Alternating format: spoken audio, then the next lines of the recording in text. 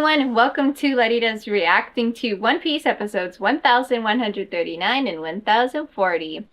So, in the last episode, there was all the fighting, and then Kuma showed up and they managed to save Bonnie, but then Kuma broke down, so now they need to be rescued themselves. If they can be, I don't know if they're just going to be dead, but guess we'll see.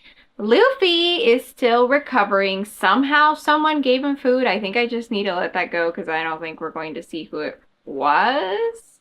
But I suspect he's going to recover and there's probably going to be more fighting.